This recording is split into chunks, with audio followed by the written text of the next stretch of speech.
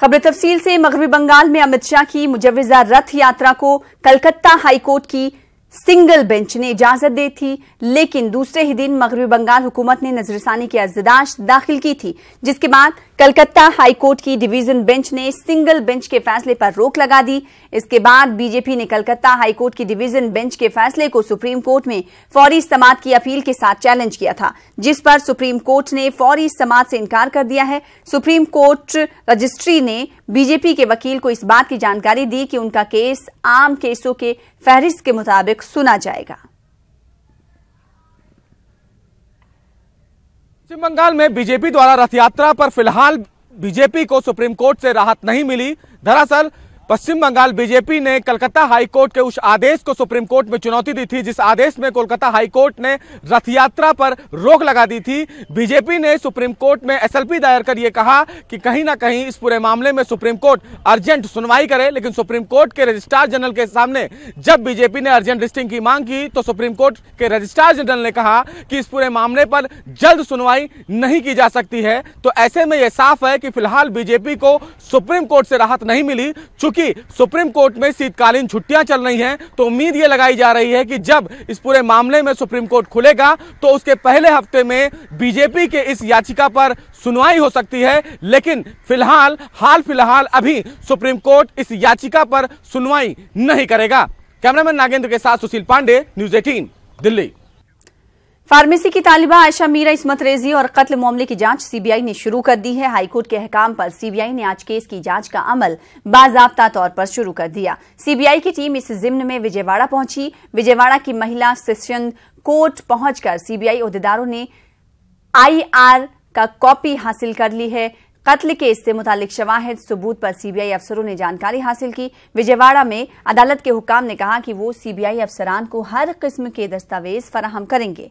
याद रहे कि सन 2007 में 26 और 27 दिसंबर की दरमियानी शब आयशा मीरा का उनके हॉस्टल के रूम में कत्ल हो गया था। आयशा मीरा की मुश्तबा मौत की पुलिस और एसआईटी ने जांच की थी, लेकिन वो 8 साल बाद अभी तक असल मुजरिमीन की निशानदही नहीं कर सकी हैं। अब सीबीआई ने शवाहिद मिटाने के मामलात पर अपनी तवज्जो मरकूज कर दी है। अदालती हुक्काम पर सबूत मिटाने का केस भी दर्ज कर लिया गया है। गुज़िश्ता दिनों फिल्म अदाकार नसीरुद्दीन शाह ने हिंदुस्तान के मौजूदा हालात पर तशवीश जाहिर की थी, जिसके बाद नसीरुद्दीन शाह की हिमायत और मुखालिफत में बयानबाजियों का तूफान उमड़ पड़ा। पाकिस्तान के वजीर आजम इमरान खान ने भी अपना रद्द-ए-अमल देना जरूरी समझा। इमरान खान ने कहा कि मोदी हुकूमत को ये दिखा देंगे कि अक़लियतों को कैसे ट्रीट किया जाता है। इमरान खान के इस बयान की नसीरुद्दीन शाह ने भी मजम्मत की।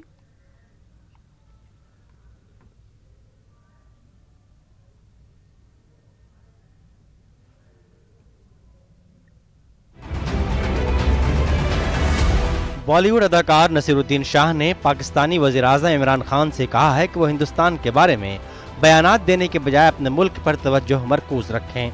शाह के मुताबिक इमरान खान ऐसे मामलात पर राय न दें जिनका उनसे ताल्लुक नहीं है।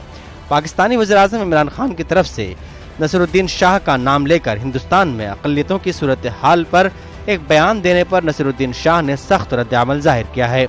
नसीरुद्दीन शाह के मुताबिक इमरान खान को पाकिस्तान के मामलात पर ही तवज्जो मरकूज रखना चाहिए। बॉलीवुड के मारूफ अदाकार नसीरुद्दीन शाह ने कहा कि हिंदुस्तान में गुज़िश्ता 70 बरसों से जमहूरियत का राज है और इस मुल्क के लोग जानते हैं कि अपना ख्याल कैसे रखना चाहिए। नसीरुद्दीन शाह ने यह बयान पाकिस्तानी वज़ीर-ए-आज़म इमरान खान के उस बयान के तनाजुर में दिया है, जिसमें इमरान खान ने नसीरुद्दीन शाह के एक बयान के तनाजुर में कहा था कि हिंदुस्तान में अक़लियतों के हालात वाकई बेहतर नहीं है। उन्होंने मजीद कहा था कि वो हिंदुस्तान के वज़ीर आज़म नरेंद्र मोदी को बताएंगे कि अक़लियतों का ख्याल कैसे रखा जाता है। इमरान खान के मुताबिक उनकी हुकूमत ऐसे इक़दामात उठा रही है जिनसे अक़लियतों को बराबरी के हुकूक़ मैसर आ सकेंगे। नसीरुद्दीन शाह ने हाल ही में एक बयान में कहा था कि हिंदुस्तान में अदम बर्दाश्त में इजाफा हो रहा है और वो अपने बच्चों के मुस्तक़बिल के बारे में परेशान हैं। उन्होंने कहा था कि अगर कल कोई मेरे बच्चों को रोक कर पूछे कि तुम हिंदू हो या मुसलमान, तो उनके पास इसका कोई जवाब नहीं होगा। इस बयान पर मुल्क में नसीरुद्दीन शाह को शदीद तनकीद का सामना करना पड़ा।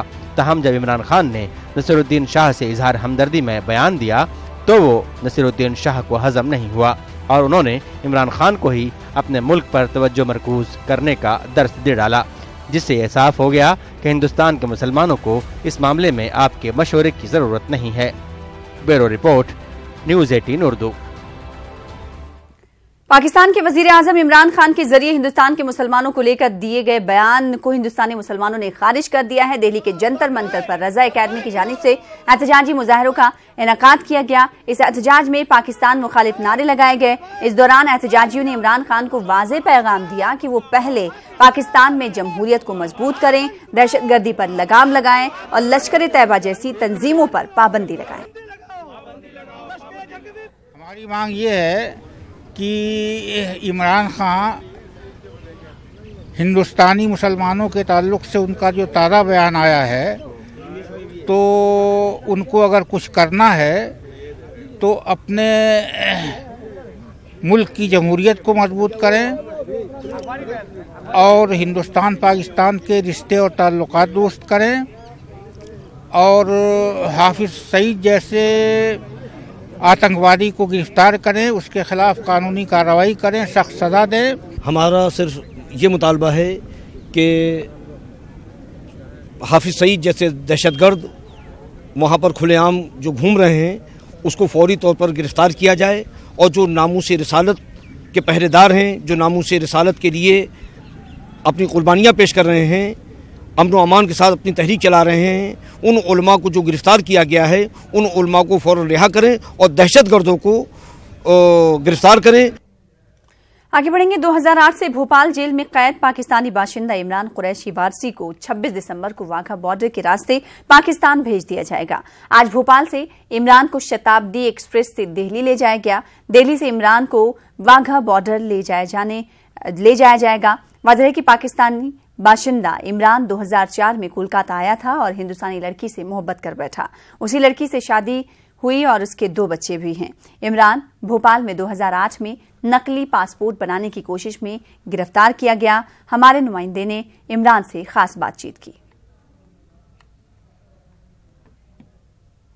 वीर ज़ारा की कहानी को रियल लाइफ में उतारा है इमरान ने और आज ये अपने वतन वापसी है इनकी।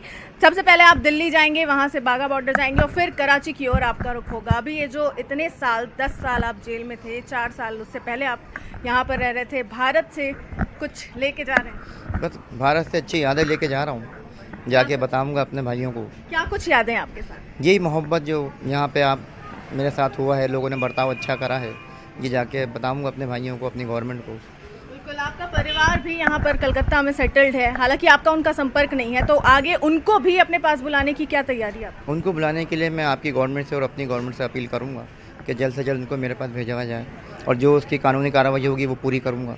बिल्कुल, फिलहाल आपका 2 देशों का संपर्क आपका बना हुआ था। कराची में जिस तरह आपकी अम्मी रहती हैं, आप संपर्क में? जी हाँ। सबसे पहला काम घर जाकर के पाकिस्तान में आप क्या करने वाले? सबसे पहला काम तो मुझे अपनी अम्मी को मिलना है, उनसे जाके, उसके बाद फिर देखूंगा क्या करना है, क्योंकि उस वक्त तो होश ही खो जाएगा जब माँ से मिलूंगा तो कुछ समझ नहीं आएगा। आपको एक सबक मिल गया होगा कि किन बुरे कामों में नहीं पड़ना है, आगे की ज़िंदगी अच्छी बीते, इसके लिए आपकी कुछ खास आगे बस मैं जाके फादर के साथ ही काम करूँगा अपने, ये है। बिल्कुल, घर जाने की खुशी वाकई बहुत खास होती है, बहुत अहम होती है और आज यही खुशी 14 साल बाद इमरान को मिल रही है। वीर ज़ारा की कहानी, प्रेम के पीछे ये यहाँ इंडिया आ गए, भोपाल आ गए, लड़की भले ही कलकत्ता की है लेकिन अब ये वतन वापसी की ओर है और वहाँ जाते ही सबसे पहले अपनी अम्मी से मिलेंगे और उसके बाद अपने परिवार को भी वहाँ बुलाने के लिए दोनों सरकारों से पूरी मुहिम छेड़ी जाएगी और पूरा जो भी फॉर्मेट होता है उस पर काम किया जाएगा। फिलहाल इन्हें खुशी है जाने की। कैमरा पर्सन मनीष के साथ पूजा माथुर, न्यूज़ 18 मध्य प्रदेश, भोपाल। बाबरी मस्जिद के मामले में जो लोग मसालहत की बात कर रहे हैं वो सिर्फ एक तरफा बात कर रहे हैं। श्री रविशंकर गुरु फिरका परस्त ताकतों का एक चेहरा है। बेंगलुरु के दौरे पर आए all India Muslim personal law board के जनरल सेक्रेटरी मौलाना सैयद मोहम्मद वली रहमानी ने ये बात कही। मदरसा इस्लाह अलबनात में मीडिया से गुफ्तगू करते हुए मौलाना वली रहमानी ने कहा कि बाबरी मस्जिद मामले में दस्तबरदारी की बात करने वाले मुस्लिम तबके के बाज अफराद अपने आप को लीडर कहलवाने के लिए इस तरह के बयान दे रहे हैं। मौलाना वली रहमानी ने कहा कि all India Muslim personal law board Babri मस्जिद के मामले में सुप्रीम कोर्ट में पूरी जांफशानी के साथ लड़ रहा है और बोर्ड को मुल्क की अदालत उज़्मा पर पूरा भरोसा है।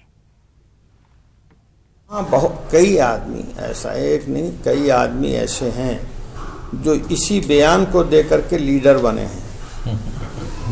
सूरत हाल यही है कि वो लीडर बन गए हैं। और कई हजरात हैं जो कहते हैं कि मुसालहत हो जानी चाहिए। मुसालहत का मतलब ये होता है कुछ लेना कुछ देना। तो रविशंकर जी का जो फार्मूला था उसमें भी सिर्फ देने की बात थी कि आप लोग इन सब चीज़ों को दे दीजिए, मुसलमानों को क्या मिलेगा, ये गोल था। पोखरण में बीजेपी के हिंदुत्व कार्ड को नाकाम करते हुए 872 वोटों से जीत दर्ज करने वाले सालेह मोहम्मद को कांग्रेस ने बड़ा तोहफा दिया है। नवमुंतखब कांग्रेस हुकूमत की काबीना में सालेह मोहम्मद को शामिल किया गया है। सालेह मोहम्मद दूसरी मर्तबा रुकने असेंबली मुंतखब हुए। न्यूज 18 से खास बातचीत में सालेह मोहम्मद ने आवाम के भरोसे पर खरा उतरने का अज़्म जाहिर किया। राजस्थान में मंत्रिमंडल विस्तार किया जा चुका है। राजस्थान की कैबिनेट के अंदर जगह बनाने वाले सालेह मोहम्मद हमारे साथ में मौजूद हैं। अब मंत्रिमंडल में जगह मिल पाना काफ़ी बड़ी जिम्मेदारी है। देखो, ख़ास तौर से तो हमारे जैसलमेर ज़िले को आज़ादी के बाद में पहली बार कोई मंत्री बनाया गया है। और मैं राहुल गांधी जी का, अशोक गहलोत साहब का, सचिन पायलट साहब का, सभी नेताओं को धन्यवाद दूँगा। और जिस प्रकार से बॉर्डर इलाके में जो हमें जिम्मेवारी दी है, तो हमारा हमेशा ये प्रयास रहा है कि हम उस जिम्मेदारी को बेखूबी से निभाएं। वैसे मैं पिछले 18 साल से राजनीतिक फेरे में काम कर रहा हूँ। वैसे प्रधान भी रहा, प्रमुख भी रहा, 2008 में विधायक भी रहा। तो ये मेरे दूसरा मौका है MLA से। तो बड़ी हम हमारे स्तर से ये कोशिश करेंगे कि हम जो हमें जिम्मेदारी दी की है उस जिम्मेदारी को अच्छी तरह से निभाएं। राजस्थान के मंत्रिमंडल में जिस तरह का जातीय समीकरण है, उसको अगर देखा जाए तो आप इकलौते से मंत्री हो जो मुस्लिम तबके से ताल्लुक़ रखते हो। एक जात का टैग भी लगता है कि ये बातचीत भी होती है। तो किस तरीके से इत्तेफाक रखते हो इस बात से, और किस दिशा में इस बात को देखते हुए आप अपना जवाब देना चाहेंगे? देखो, मैं हमेशा मेरा जो सोच रही है मेरी कि हमारा जो इलाका है उस इलाके का एक अलग मैसेज है। मारवाड़ का जो वहाँ का भाईचारा, 36 को में आना जाना, मिलना जुलना, सुख दुख में काम आना, तो एक दूसरे के त्योहारों में जाना, ये मैं समझता हूँ और जगह नहीं मिलेगा जो हमारे उस मारवाड़ इलाके में। तो हमें जो जिम्मेवारी दी है वो जिम्मेवारी ठीक बात है। मुझे अल्पसंख्यक के नाते भी हो सकता है मुझे जिम्मेवारी दी हो, पर मेरा मानना है कि आज़ादी के बाद में पहली बार जैसलमेर को जो जगह मिली है वो जगह 36 कौमों की वजह से मिली है। और हम हमेशा ये प्रयास करेंगे कि जो हमारी कोशिश रहेगी कि हम पूरे राजस्थान के लिए काम करें और 36 कौम के लिए काम करें। और मुख्यमंत्री जी अशोक गहलोत साहब एक अनुभवी व्यक्ति हैं जो आज तीसरी बार मुख्यमंत्री बने हैं। तो उनके साथ भी पहले भी मैं काम कर चुका हूँ, जिला प्रमुख से लेकर आज तक। और पायलट साहब हैं, वो भी एक युवा हैं, मेरी उम्र के आदमी हैं। तो वो भी पिछले 5 साल से मैं उनके साथ देख रहा हूँ। तो हम सब मिल करके जो हम जनता से वादा करके आए हैं, जो हमने जनता से बातें कही है, हमारा ये प्रयास रहेगा, किसान हो चाहे युवा हो चाहे मजदूर हो, सबके लिए हम अच्छा एक मैसेज दें और सबके लिए अच्छा काम करें। एक लंबे अरसे के बाद उत्तराखंड अकलियती कमीशन को नया चेयरमैन मिल गया है। देहरादून के मारूफ मेडिकल डॉक्टर SK जैन को हुकूमत ने कमीशन का चेयरमैन मुकर्रर किया है। वाज़ेह है कि कई महीने कबल कमीशन के चेयरमैन की मियाद खत्म होने के बावजूद हुकूमत नए चेयरमैन की तकर्री नहीं कर पाई थी। नए चेयरमैन ने न्यूज 18 से बातचीत करते हुए अकलियतों के मसाइल को ईमानदारी के साथ हल करने का अज़्म जाहिर किया।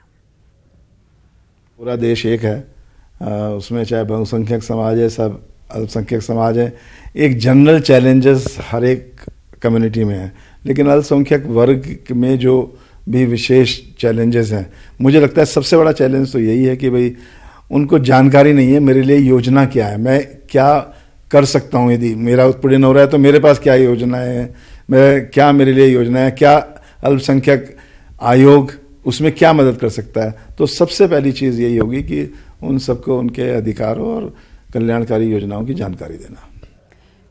25 दिसंबर यानी कल का दिन गुजरात वक्फ बोर्ड की तारीख में अहम इसलिए होगा कि पहली बार वक्फ बोर्ड के किसी प्रोग्राम में गुजरात के वजीर आला बतौर मेहमान खुसूसी शिरकत करेंगे।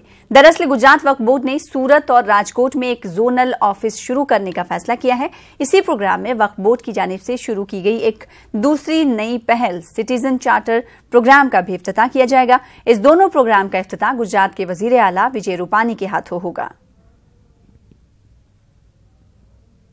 ट्रस्ट है और इतने मुतवल्ली है उसको काम करने में आसानी रहे, कोई दिक्कत ज़्यादा ना हो। बहुत सोच के बाद सिटीजन चार्टर की एक सेवा हम माननीय मुख्यमंत्री के हाथ से लॉन्च कर रहे हैं। ये सिटीजन चार्टर का मकसद ये है कि जो ट्रस्ट है और वो मुतवली जो उसको चला रहे हैं तो उसको सुविधा रहे, कोई ज़्यादा दिक्कत ना हो, और वक्फ बोर्ड उसके ऊपर जो निगरानी रखते हैं उसमें भी आसानी रहे। ऑल इंडिया मजलिस इत्तेहादुल मुस्लिमीन रियासत झारखंड में सियासी जमीन तलाश करने की कोशिश कर रही है। इस मकसद के तहत जायजा लेने के लिए पार्टी के कौमी तर्जुमान सैयद आसिम वकार रियासत के मुख्तलिफ इलाकों का दौरा कर रहे हैं। रांची में मीडिया से बातचीत में उन्होंने रियासत की बीजेपी हुकूमत को तनकीद का निशाना बनाया, साथ ही वाजे किया कि रियासत में मजलिस इत्तेहादुल मुस्लिमीन को पायदार बनाने की जिम्मेदारी हुब्बान मुल्क को सौंपी गई है। हालात साजगार होने पर पार्टी सरबराह असदुद्दीन ओवैसी रियासत के दौरे का मंसूबा बना सकते हैं। मैं आया था मजलिस इत्तेहादुल मुस्लिमीन के एक हालात हाजरा का प्रोग्राम था।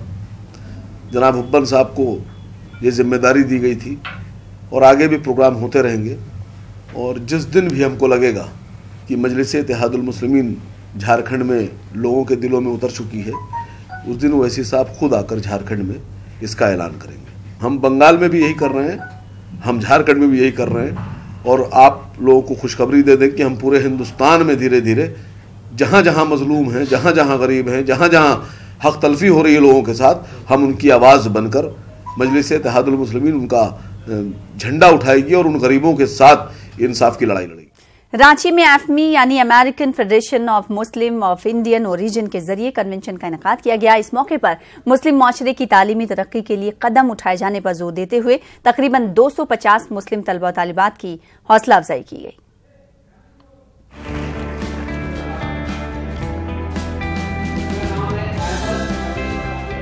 अमेरिका और कनाडा में मुकीम हिंदुस्तानी मुसलमानों की तंजीम American federation of Muslim of Indian origin मुल्क के मुस्लिम मुआशरे की तालीमी तरक्की की कोशिशों में मसरूफ है। इस मकसद के तहत मुल्क के मुख्तलिफ इलाकों में सालाना तकरीब का इनेकाद किया जाता है। रांची में मुनक़िदा रियासती पैमाना के तालीमी इजलास के साथ गाला अवार्ड तकरीब में हालिया मैट्रिक और इंटरमीडिएट इम्तिहानात में कामयाब 200 से जायद तलबा व तालिबात की हौसला अफजाई की गई। जो हमने 100% लिटरेसी का जो ऑब्जेक्टिव था, हमारा गोल था, वो जब से स्टार्ट किया तो अभी तक उसी तरफ जा रहे हैं, और हम मुतमईन हैं। हमें आप लोग के सब के ताउन से अब रांची में हो रहा है, परसों मेवात में है, उसके बाद दिल्ली में है, गुजरात में है, हर जगह पे डिस्ट्रिक्ट लेवल पे अपना हो रहा है। बहुत सारे लोगों में टैलेंट या विद्यार्थियों में टैलेंट रहता है, लेकिन फाइनेंशियल कंडीशन कमज़ोर होने के कारण वो आगे नहीं बढ़ पाते। लेकिन इस तरह का हैंड अगर उनको प्रमोट करता है तो निश्चित रूप से उनका भविष्य सुरक्षित हो जाएगा, और इसीलिए हम बोले कि यह प्रयास बहुत ही अच्छा है। रांची की फ्रेंड्स ऑफ वीकर सोसाइटी नामी तंजीम के ताउन से मुनक़िदा इस इजलास में अमेरिका के माहिरीन के अलावा रांची यूनिवर्सिटी के vice chancellor doctor R.K. Pandey, IAS अफसर अबू इमरान, IPS अफसर मोहम्मद अर्शी, जामिया हमदर्द यूनिवर्सिटी के रजिस्ट्रार सैयद सऊद अख्तर ने मुस्लिम मुआशरे की तालीमी तरक्की के लिए इक़दामात पर जोर दिया। इस मौके पर अवार्ड याफ्ता तलबा ने खुशी का इजहार किया। इस प्रोग्राम से मुझे थोड़ा मोटिवेशन मिला है, क्योंकि अभी नीट के लिए तो बहुत मोटिवेशन चाहिए होता है, और आफमी के जितने डॉक्टर आए हुए थे, डॉक्टर AS नाकेदार, उनका स्पीच क्वाइट मोटिवेशनल था।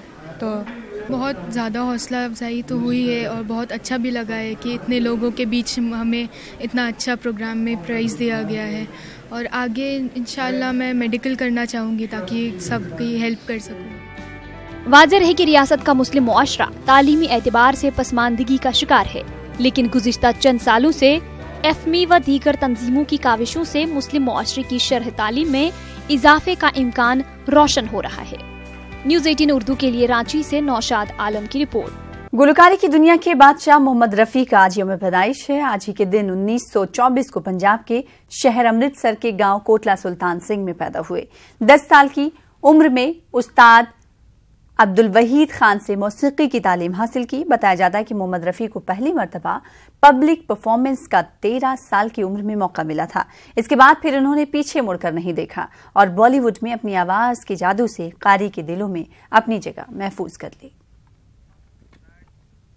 शहर गुलबर्गा में गुज़िश्ता 40 बरसों से बिला नागा मोहम्मद रफ़ी की याद में म्यूजिकल नाइट्स का बड़े पैमाने पर इनेकाद किया जाता है। साबिक मेयर डॉक्टर अशफाक अहमद चुलबुल अपने दम पर यह प्रोग्राम मुनक्किद करते हैं, जिसमें हजारों की तादाद में लोग पहुंचते हैं।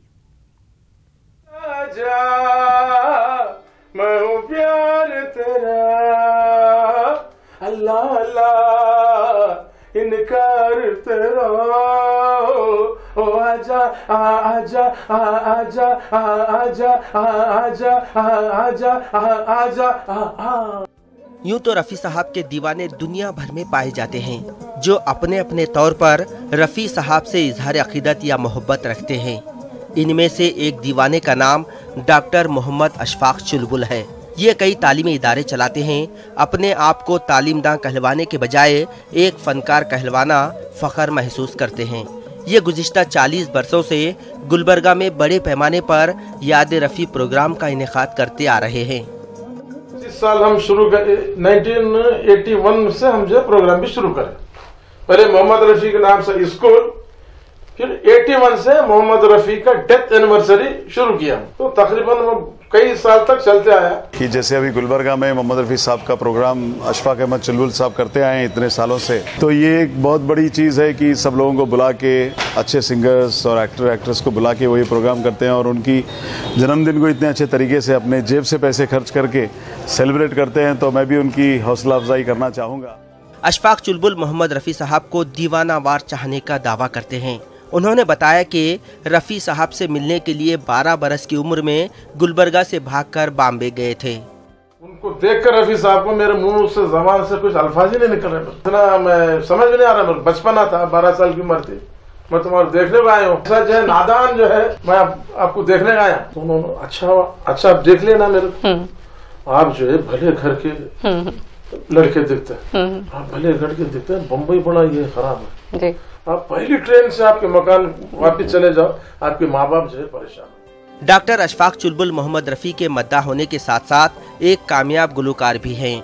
अब तक इनके 3 एल्बम मंजर-ए-आम पर आकर खूब हिट हो चुके हैं। हाल ही में आशा पारेख ने इनके तीसरे एल्बम की रस्म इजराई अंजाम दी। पुकारता चला हूँ मैं गली गली बहार की। और अब पेश है आज का बेसाख्ता।